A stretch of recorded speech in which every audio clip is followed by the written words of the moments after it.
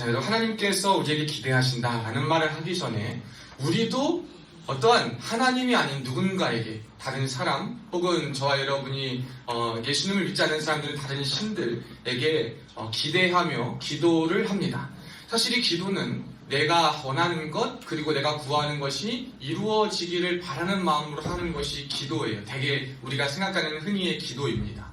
그래서 많은 사람들이 기도를 해요. 오늘 지금 이스라엘, 미국, 이란 전쟁뿐만 아니라 러시아, 우크라이나 그리고 각 나라의 민족 안에서도 각각의 사람들이 기도합니다. 무슬림들은 무슬림대로 모여서 자신의 지도자들이 죽고 무슬림 혁명을 비롯한 것이 일어나야 한다. 다시 한번 알라의 도움을 구하고 한마음 되어야 된다라고 모여서 기도해요. 그리고 우리 그리스도인들은 세계의 평화가 빨리 도래하고 악이 끊어지고 하나님 나라가 확장되기를 기도하고 또 뿐만 아니라 여러 가지 절에 가면 108배라고 한다든지 여러 가지 기도와 관련된 행위들을 합니다. 그런데 여러분께서 어떤 이야기를 들으셨을지 모르지만 이 기도라고 하는 것이 다 응답되냐라는 것에 대한 생각을 한번 해봐야 돼요. 우리가 기도를 함에 있어서 다 응답되냐, 다 그 기도가 이루어지느냐라고 했을 때 그 기도가 다 이루어지진 않아요. 왜일까? 왜 그 기도는 다 이루어지지 않을까라는 생각을 한번 해봐야 돼요. 왜냐는 것에 앞서서 우리가 기억해야 될 것은 뭐냐? 늘 우리 기독교 하면 따라오는 질문이요, 공통적인 따가운 시선이지만 하나님 말고는 기도를 들어주실 수 있는 분이 있다 없다? 없다라는 사실이 우리에겐 있어요. 그러니까 여러분 성경에 보면 엘리야라는 구약의 위대한 선지자가 있었는데요. 그 선지자가 바알의 선지자, 이방인의 선지자, 하나님이 아닌 다른 신을 믿는 선지자와 850명 대 1로 그 앞에서 영적인 어떤 싸움을 합니다. 누가 믿는 신이 더 강하냐? 누구의 신이 더 확실하냐? 그 바알 신은 그 지역과 그 당시 문화와 그 주변 사람들의 마음을 다 사로잡고 있고 이미 많은 사람들이 거기에 현혹되어서 살아가고 있던, 그리고 그 영향을 끼치고 뿌리를 내리던 귀신 중에 하나였어요. 그래서 그들은 자신들이 이긴다고 생각하고 뿐만 아니라 수로도 850명이나 모였으니까 엘리야 하나 못 이기려나? 이런 생각을 했을 거예요. 그리고 자신들은 자신들이 믿는 게 진짜라고 생각했으니까 그 무리들이 모였겠죠. 그런데 그 무리들이 모여서 제사를 하고 자신들의 신에게 간구를 하기 시작해요. 그런데 시간이 지나도 응답이 되지 않아요. 자기들끼리 정말 안 좋은 모습을 보이고 춤을 추고 온갖 난리를 펴도, 요동을 부려도 신이 응답하지 않습니다. 그런데 엘리야가요, 하나님 앞에 간절히 기도합니다. 그리고 불이 떨어지기를 구하는데 그 불이 떨어져야 하는 곳에 물을 붓습니다. 여러분, 이거는 불이 내리지 말라라고 하는 것과 똑같은 일인데 물을 부어요? 물이 막 있어요. 그런데도 불구하고 하나님께서 어떤 역사를 불로 거기를 탁 태워주시는 역사를 보여주십니다. 우리가 그러기 때문에 우리의 기도가 응답되기 위해서는 첫째로 그 기도의 대상이 하나님이어야 한다는 것을 기억하셔야 돼요. 여러분이 원하는 기도, 여러분이 말하는 기도 제목들, 기대하는 모든 요소들, 그것들이 하나님께 올바로 향해 있는 것이 되어야지만 그 기도가 일단 완벽히 100%가 아니라 일단 응답이 되고 들어져집니다. 상당히 돼요. 그런데 이 기도를 하나님께 한다고 또 기도하는 것이 다 이루어지는 것은 아니에요. 근데 오늘 보면 22절에 보면 너희가 기도할 때에 무엇이든지 믿고 구하는 것은 다 받으리라. 이 말과 제가 방금 여러분한테 한 말, 하나님께 기도한다고 다 이루어지진 않습니다 라는 말과 오늘 보면 22절 말씀은 굉장히 반대 개념처럼 여겨집니다. 물론 저의 말과 성경의 말과 반대라면 여러분 제 말을 들을 때는 성경의 말씀을 따라야 합니다.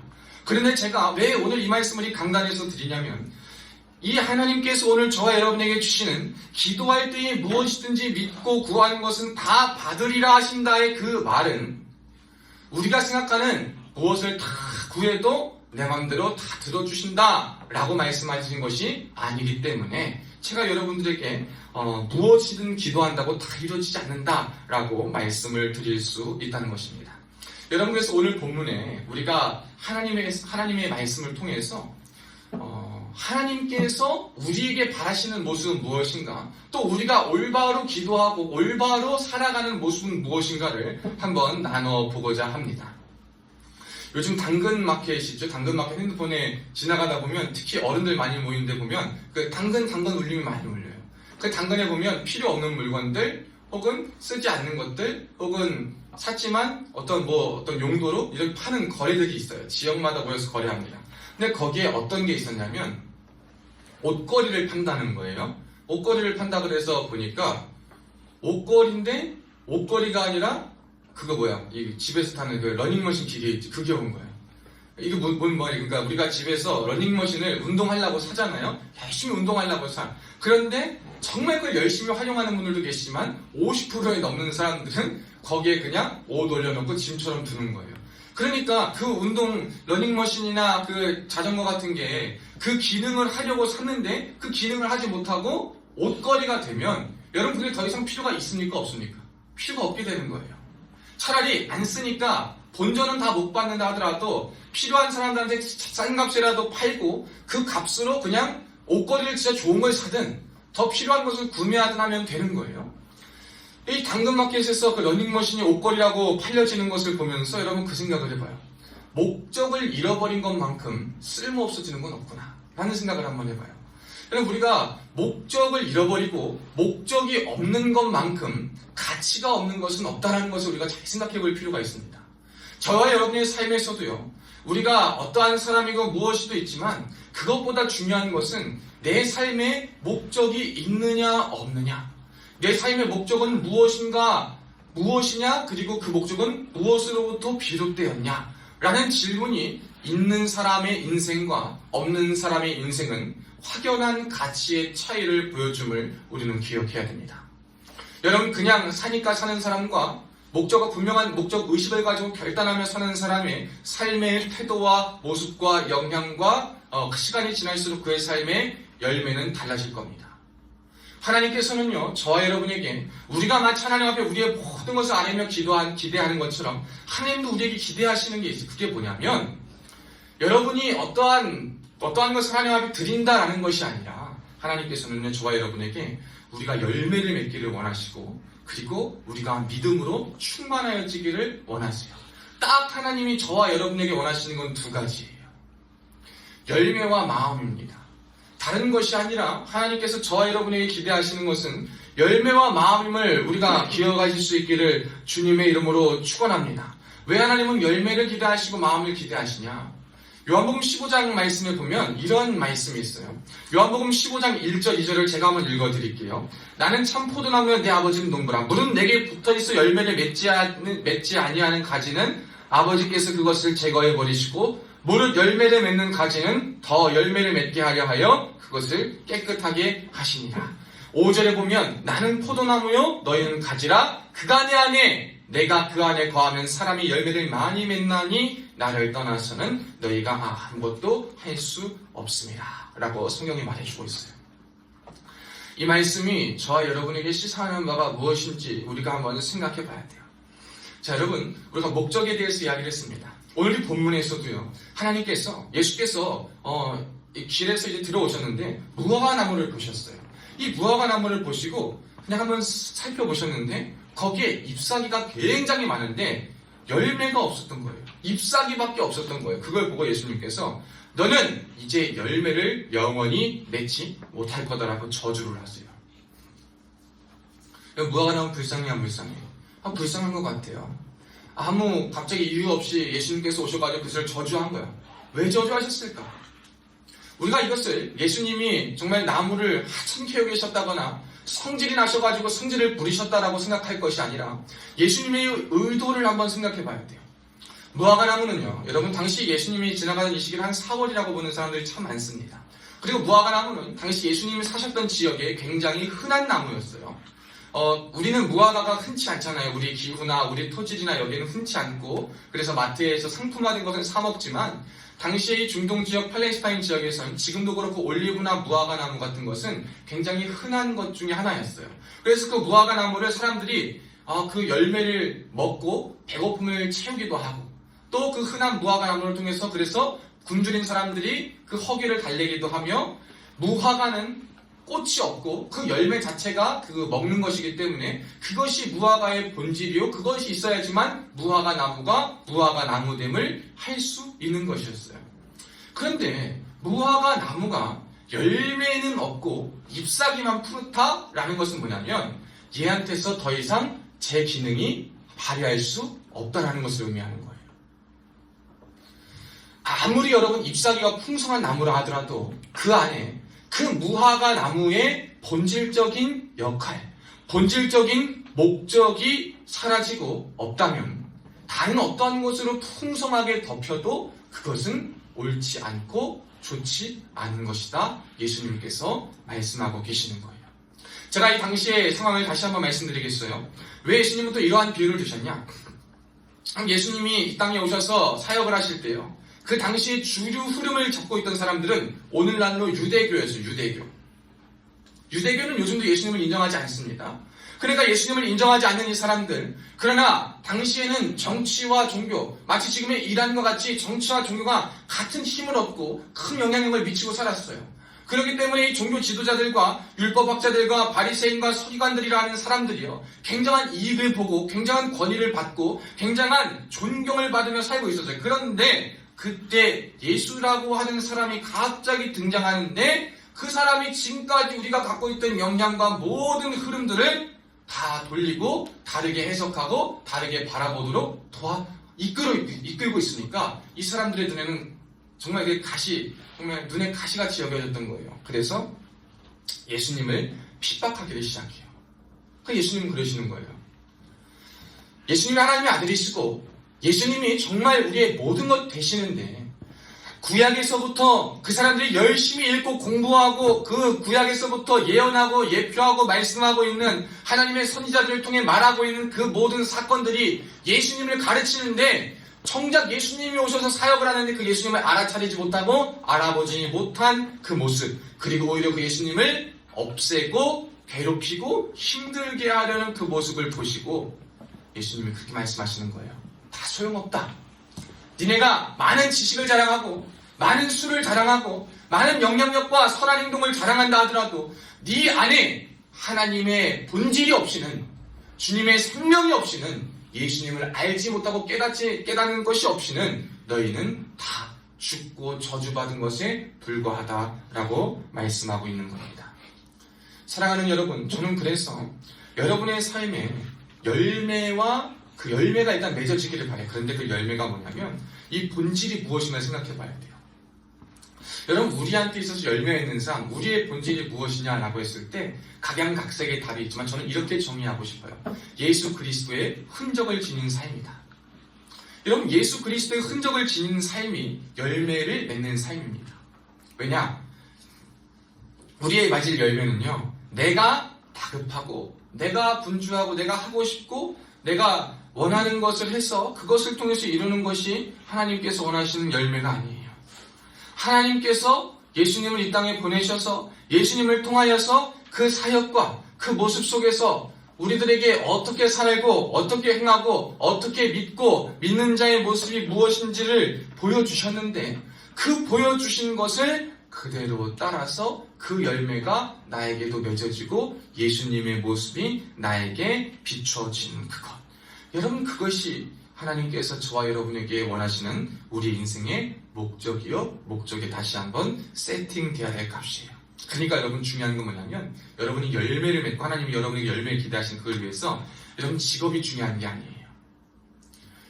여러분이 뭔 직업을 이뤄야지만 뭘 할 수 있다라고 생각하잖아요. 그런데 직업보다도 중요한 것은 여러분이 어디에 있는가를 먼저 생각하는 거예요. 하나님 앞에 열매를 맺는 사람들, 예수의 흔적을 지닌 사람들은 어디에 있는가를 생각해 봐야 돼요. 예수님이 어디서 나를 부르셨고 이곳에 왜 부르셨는가? 나는 그리고 여기에 왜 있는가라는 것을 한번 생각해 봐야 돼요. 그래서 거기서 내가 지금 있는 그곳에서 어떻게 하나님께서 이곳에 나를 왜 두셨으며 내가 여기서 이제 두 번째로는 무엇을 해야 하는가를 생각하는 거죠. 그게 뭐냐? 주님의 필요에 대해서 생각해 보는 거예요. 열매 맺는 사람들은요, 내가 있는 곳, 내가 부름받은 곳, 하나님이 나를 있게 하신 그곳에서 주님의 필요가 무엇인지를 생각하게 돼요. 내가 이렇게 저렇게 생각하고 내가 원하는 것은 이거지만, 내가 잘되기 위해서, 내가 성공하기 위해서, 내가 빛나기 위해서 하는 것은 이거지만, 그것보다도 주님께서 나를 여기에 왜 두셨고 이 자리에 부르셨는데 주님이 무엇이 필요하시기 때문에, 나를 통해 무엇을 하고 싶으시기에 내가 주님의 필요를 알아 열매를 맺을 수 있을까라는 생각하게 되는 거죠. 그리고 세 번째로는 그래서 구체적으로 어떻게 해야 할까? 이것을 우리가 고민해 보는 거예요. 그리고 성령의 도우심을 의지해서 기도해 보는 겁니다. 여러분, 예수님의 흔적을 지닌 삶, 즉 열매를 맺는 삶은 이 세 가지가 비롯되고 거기에서부터 정리가 된 삶으로부터 시작한다는 겁니다.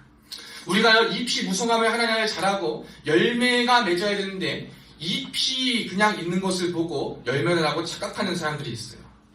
여러분, 사실 그 무화과 나무에 비유해서 무화과를 보면 무화과가 되게 3월에 싹을 핀다고 합니다. 그리고 싹을 피고 그 열매를 맺을 만한 싹을 핀 다음에 4월에는 잎사귀가 무성하게 나온다고 해요. 잎사귀가 무성하게 나오고 5월쯤 되면 그 싹에서 싹들이 떨어지고 거기에서 이제 무화과가 맺히는 거예요. 근데 그 무화과는 열매를 맺는데 한 3년 정도 걸린대요. 그러니까 무화과 예수님이 보셨을 때 그 무화과에 싹이 달려있지 않고 싹에 그 열매가 달릴 만한 싹이 없다면 그 무화과는 적어도 그 해에 열매를 못 맺는 거예요. 그리고 예수님이 계실 그때에 그 해에 열매를 맺지 못한다는 거예요. 우리가 열매를 맺고 예수의 흔적을 지닌 삶이 참 중요한데 언제 그것을 준비해야 되냐 여러분? 주님께서 우리를 부르시고 우리를 찾으실 그때 열매를 맺고 있는 게 참 중요하다는 거예요. 근데 여러분, 주님께서 언제 우리를 찾으십니까? 언제 우리를 부르시겠습니까? 여러분, 이 질문에서부터 우리가 생각해 봐야 돼요. 예수님의 흔적을 지닌 삶, 그리고 열매를 맺는 사람들의, 그리고 그 삶의 목적이 변경된 삶의 특징은 뭐냐면 주님이 나를 언제 부르실까라는 질문에 대해서 늘 고민하는 거예요. 그런데 그 질문에 대한 답은 뭐냐? 나는 알 수 없습니다. 나는 알 수 없는데 내가 어떻게 주님이 부르실 때를 기억하며 그때를 맞이하며 준비하며 살아가냐? 이 말은 네가 알지 못하니까 늘 깨어 준비하라는 말이에요. 그 신앙생활과 하나님이 맺으신 열매는 어느 한순간에 싹이 나고 어느 한순간에 자라고 어느 한순간에 갑자기 할 수 있는 것이 아니라 우리의 삶에 예수님을 믿고 그리고 우리 삶의 그 믿음을 통하여서 내가 있는 것과 내가 해야 될 것과 주님의 필요를 깨달아서 하나님의 부르신 그 자리에서부터 주님께서 나를 부르신 줄로 믿고 그리고 오늘 주님이 나를 부르셔도 내가 주님이 기쁘신 일을 하겠습니다 라는 마음을 가지고 있을 때 우리의 삶에서 주님이 언제 오셔도 부끄럽지 않을 열매를 드릴 수 있게 되는 거예요. 여러분, 우리가 이 하나님 앞에 이 모든 것을 드릴 수 있기를 주님의 이름으로 정말 축복합니다. 하나님은 우리에게 기대하시는 다른 게 아니에요. 여러분, 열매는요 싹으로 안다 그러고요, 좋은 데 있으면 열매는 안 돼요. 여러분이 어디에 붙어 있느냐에 따라서 여러분의 열매가 달라질 겁니다. 열매는 여러분이 낼 수 있는 게 아니에요. 그죠? 여러분이 뿌리가 어디에 박혀 있다면 여러분 그 박혀있는 뿌리로 붙어서 영양분이 공급되어서 여러분의 삶에 열매가 맺혀질 거예요. 그러나 여러분이 좋아 보이고 튼실해 보이지만 열매 없고 잎사귀만 푸르른 것에 있다면 여러분 거기에서는 하나님이 기뻐하시는 열매가 나오지 않는다는 것을 기억하셔야 돼요. 우리의 인생에 하나님이 보시는 것은 우리의 인생의 크기가 아닙니다. 여러분이 갖고 있는 여러분의 인생의 사이즈가 아니에요. 그런데 우리는 마치 잎이 무성한 무화과 나무처럼 열매는 없어도 잎만 무성해서 사람들이 볼 때 풍성하다, 푸르다, 좋아 보인다, 괜찮아 보인다 라는 것들이 너무나도 중요한 거예요. 인생의 크게 키우는 것이 너무나도 중요해요. 그래서 사람들이 어떻게 됩니까? 여러분, 다급해지고 분주해져요. 열매를 보고 본질을 알고 목적을 알면 예수님 안에서 예수의 흔적을 지니는 그 마음은 우리를 절대 분주하게 만들지 않아요.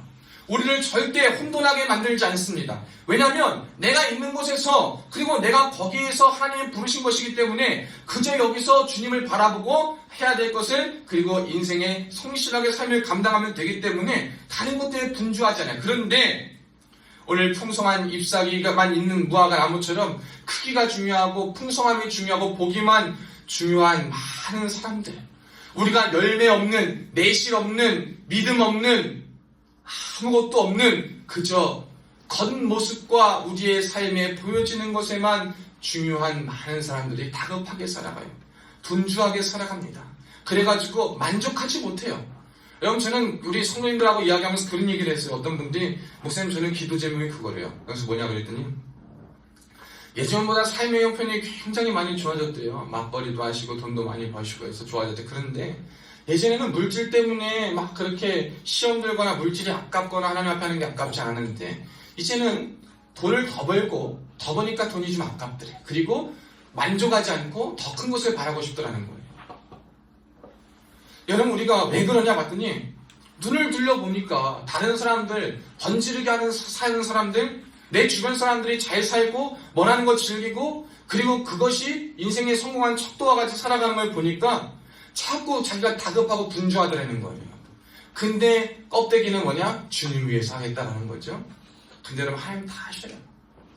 여러분, 여러분이 다급하고 분주한 문제 앞에 여러분 그게요, 여러분 스스로 하나님 주신 것에 만족하지 못하고 자족하지 못하고 다른 사람을 보고 시선을 돌려서 비교하여서 오는 불안과 감사하지 못함으로 오는 것이라면 여러분, 그것은 여러분의 삶의 열매를 맺지 못하게 하는 잎들이에요. 잎. 그건 잘라내줘야 돼요. 그 잎들은요, 여러분이 보기에 탐스럽게 보이게 할 수는 있지만 그것이 절대 여러분에게 생명력을 주지 못하고 여러분에게 좋게 작용할 수 없습니다. 우리는 잎의 무성함을 자랑하고 잎의 무성함을 말씀드리고 사는 삶이 아니라 열매를 온전히 드리며 열매 맺는 삶을 살아가야 돼요. 구약시대에 보면 사울 왕이라고 있었어요. 이 왕은 그 당시에 거의 하나님이 세우신 대리자로서 굉장한 역할과 권세를 위임받은 사람이었어요. 그 사람이요, 하나님이 기름 부어 세워서 그를 세웠는데 그 마음에 나를 하나님이 세우셨으니 그 마음 감사합니다. 하나님 나를 불러주시니 감사합니다. 내가 이 역할에서 하나님을 기억하며 온전히 내게 부르신 곳에서, 내가 있는 곳에서 주님의 필요를, 주님이 원하시는 행동을 어떻게 왕으로서 생각하며 나아가겠습니다 라고만 생각했으면 이스라엘의 역사와 사울의 인생은 비참하게 끝나지 않았을 거예요. 그런데 이 사울이요, 다윗이라는 복병이 등장해요. 인생의 위기 앞에 그 사울이 그 굉장한 이방 민족의 굉장한 그 원수 앞에 무너지기 시작하는 거예요, 마음이. 이거 어떻게 해야 되나? 이거 어떻게 해결해야 되냐? 하나님의 도우심을 구하고 하나님의 도우심을 받아서 이 다윗이라는 인물이 믿음으로 그 골리앗을 쳐 부수고 다윗이 갑자기 샛별과 같이 이스라엘에 떠오르는 샛별로 등장하기 시작해요. 그때 사울이 참 고맙다, 참 감사하다, 그리고 너 대단하다, 하나님 정말 너와 함께 하신다, 우리가 너를 통해 하나님의 일을 봤다, 우리가 하나님 나라를 위해 같이 나아가자 라고 했으면 좋았는데 사울에게는요, 자기 중심적인, 자기만 주목받고 자기만 주목받을 뿐만 아니라 나만 모든 영광과 나만 모든 칭찬과 인정을 다 받아야 되는 거예요. 내 입만 무성해져야 돼. 하나님이 원하시는 열매, 하나님의 흔적을 지닌 삶, 부름받은 곳에서 주님의 필요와 주님이 원하시는 것을 행하는 것이 절대 상관없이 오직 내 안정, 내 인정, 내 만족, 내 권위, 내 영향만 신경 썼던 거예요. 그러니까 거기서부터 뭐가 시작됐냐? 이 사울이 불안하기 시작해요. 다윗이 사람들에게 인정받고 하나님의 사람으로 쓰임받고 시작하니까 사울이 굉장히 불안해져서 다윗을 싫어하고 미워하게 돼요. 근데 이 미워하고 싫어하는 감정, 우리가 연약하기 때문에 들 수 있습니다. 그리고 높은 자리에 있으면 그럴 수 있어요. 그렇지만 그럼에도 불구하고 감정을 주님 앞에 내려놓고 끊어놓고 자신의 모든 것을 다 그냥 인정하고 겸손히 회개하면 좋았을 것이에요. 이 사울은요, 끝까지 갑니다. 그 끝이 어디냐? 사무엘상 28절에 보면 신접한 사람을 찾아가요. 예를 들면 무당을 찾아간 거예요, 요즘 말로. 무당을 찾아가는데 하나님 무당 찾아가는 거 정말 중요하세요. 우리 시대에도요, 궁금하고 힘들고 불안하니까 사람이 다 어디 가는 거예요? 다 무당 찾아가는 거예요. 근데 여러분, 하나님이 그거 굉장히 싫어하시는 거예요. 무당집에 가면, 귀신 들린 사람을 만나면 그 사람에게 여러분 어떠한 이야기를 들을 수는 있지만 그것이 여러분의 삶의 올무가 되어 여러분은 그 삶에 묶여서 그의 지배를 받게 살아가게 되는 거예요. 하나님의 지배가 아니라 귀신의 지배를 받고 살아가는 거예요. 그렇기 때문에 그가 절대 해서는 안 되는, 죽은 사람을 부르기 위하여서, 자신에게 도움을 주었던 사람을 부르기 위하여서 신접한 여인을 찾아가고 악을 행하고 돌이킬 수 없는 그 길 속에 비참한 최후를 결국 맞이하는 것을 보게 됩니다. 세상적인 눈으로 보면 사울의 잎은 굉장히 무성했을 거예요. 사울은요, 굉장히 훌륭한 왕이었을 수도 있을 거예요. 그러나 하나님이 보셨을 때는 이미 그의 마음에 열매 없는 잎만 무성히 자라기 시작했을 때, 그의 삶의 목적을 상실했을 때, 하나님의 마음을 잃어버렸을 때, 하나님의 온전한 그 믿음을 상실했을 그때 이미 그는 하나님께로부터 멀리 떨어져 가고 있었다는 것을 기억하셔야 돼요. 여러분, 우리가 살아갈 때 불안하고 분주할 때가 참 많이 있어요. 정말 눈을 들어 시선을 돌려볼 때, 비교하고 할 때 참 그럴 때가 있어요. 그럴 때 우리 마음에 여러분 가장 깊이 생각하셔야 될 것은 뭐냐면, 하나님 제 안에 계시고 제가 그 제 안에 계신 하나님을 믿으며 그냥 오늘 하루를 하나님이 계신 곳에서, 하나님이 있게 하신 곳에서 하나님이 원하시는 방법대로 하나님이 원하시는 것을 믿으며 행동하며 살기를 원합니다. 그냥 대단한 거 아니어도 돼요. 하나님이 만나게 하신 사람이 있다면 그 사람을 통해 하나님의 일을 알게 하고 보게 되게 하시고 또 전하게 하시고. 여러분, 이것이 바로 우리가 열매 맺는 삶입니다. 그런데 이 열매 맺는 삶을 위해서는 우리에게 뭐가 필요하냐면요, 여러분이 기도하는 것이 필요해요. 열매를 맺기 위해서. 열매를 맺으려면 여러분이 꽃이 피기 위해서는요, 물도 잘 줘야 되고요, 그리고 땅에 좋은 땅으로 잘 심어줘야 되고, 시들 것 같으면 보약도 주고 해야 돼요. 마찬가지로 우리가 하나님 앞에서 열매가 맺어지기 위해서는요, 그 열매의 자양분은 뭐냐면 기도예요. 그리고 믿음이에요. 믿음과 기도가 우리의 열매를 맺기 위한 하나님 앞에서 가장 좋은 자양분이요, 우리가 가져야 될 자원임을 기억하셔야 돼요. 많은 사람들이요, 기도합니다. 그런데 응답받지 못해요. 해결받지 못해요. 왜 그러냐면 하나님의 마음과 목적과 하나 되지 못하기 때문인 거예요. 여러분, 기도가 상달되고 기도가 응답되는 유일한 방법은 뭐냐면, 우리가 열매 맺기 위해서 예수의 흔적을 지닌 삶이 되면 우리의 시선과 우리가 생각과 우리의 가치가 변화가 돼요. 그러면 하나님의 마음을 생각하게 돼요. 아까 얘기했죠? 주님의 필요를 생각하게 돼요. 주님이 나를 여기에 왜 부르셨는가를 생각해. 그래서 내가 무엇을 해야 되는가를 생각해. 이 말은 무엇이냐면, 예수님이시라면 무엇을 하셨을까? 어떻게 사셨을까? 내가 예수님의 삶을 어떻게 살아갈 수 있을까에 대한 생각을 하는 거예요. 즉, 하나님의 마음과 목적을 내가 알기 위해서, 내가 그 마음과 목적과 하나가 되어서 말씀 앞에 씨름하고 고민하고 삶에서 아름다운 것을 선택하며 나아갈 때, 여러분, 하나님이 여러분이 하는 기도와 여러분이 하는 모든 일들 위해 하나님의 모양과 방법으로 반드시 이루어 주십니다. 여러분, 이것을 믿으실 수 있는 은혜가 저와 여러분에게 주어지시길 주의 이름은 축원합니다. 하나님 반드시 이루어줘요. 뭘로? 내가 생각하지 않고, 내가 기대하지 않고, 내가 알지 못하였지만 하나님의 모양과 하나님의 방법으로 반드시 이루어 주십니다. 언제? 우리의 기도가 하나님의 마음, 하나님의 목적과 하나가 될 때 하나님께서는 하나님의 당신의 모양과 방법으로 이루어 주신다. 여러분, 이것이 우리가 생각해야 될 거예요. 여러분, 의심하지 말아야 돼요. 뭘 의심하지 마냐? 여러분 상황이 여러분 믿지 못하게 해요. 여러분, 그래요. 그렇게 사는 게, 야, 어떻게 좋은 삶을 살 수 있겠냐? 야, 선교가 왔는데 기도한다고 돈이 나오냐? 뭐 하는데 이게 나오냐? 야, 이거 하면 되냐? 기도한다고 되냐? 너 그렇게 신앙생활 한다고 되냐? 야, 그래도 똑똑히 살고 제대로 살아야지, 그런다고 되냐? 그래요. 믿음으로 살라 그러면 주변에서 그렇게 살아도 되냐?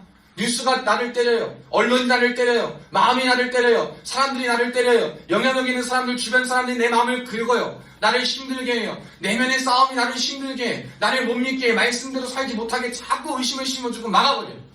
그런데 그때 우리가 해야 될 것은 뭐냐? 아니다. 아닙니다, 주님. 내 마음이 하나님의 목적과 하나님의 마음과 하나 되고 내가 그 말씀을 믿으면 하나님 당신은 반드시 이루어주심을 내가 믿습니다.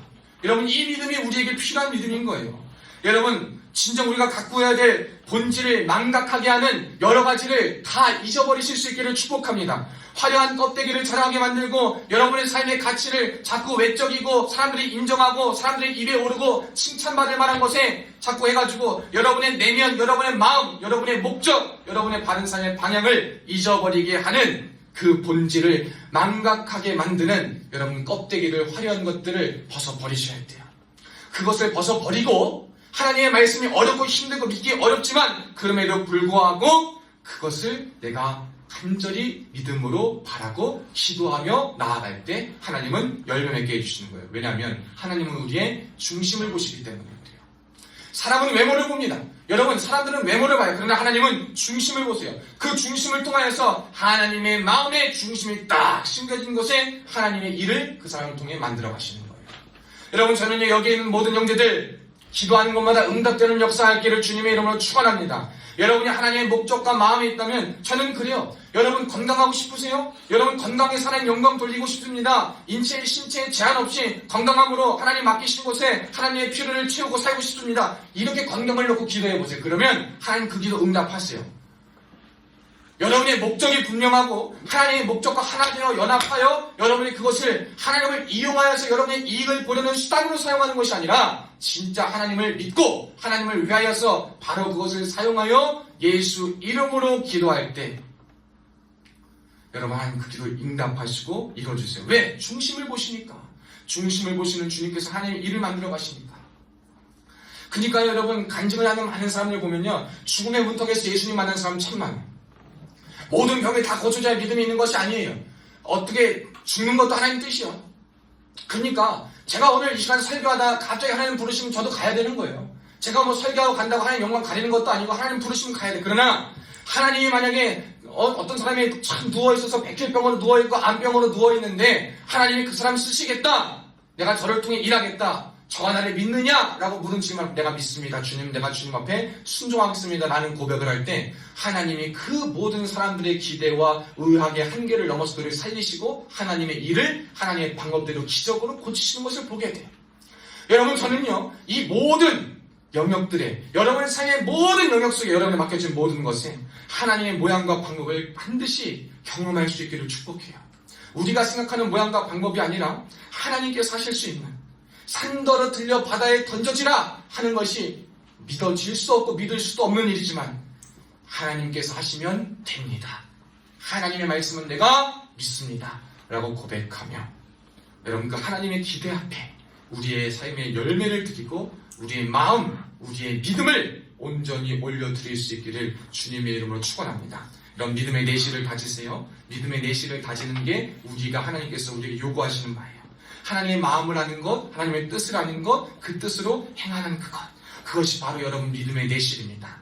여러분 삶의 내실을 가지시면서 믿음의 내실을 더욱더 중요하게 가져가서 하나님 앞에 나아오고 하나님의 마음과 뜻을 아는 일에 힘쓸 수 있는 저와 여러분 되시기를 주님의 이름으로 축원합니다.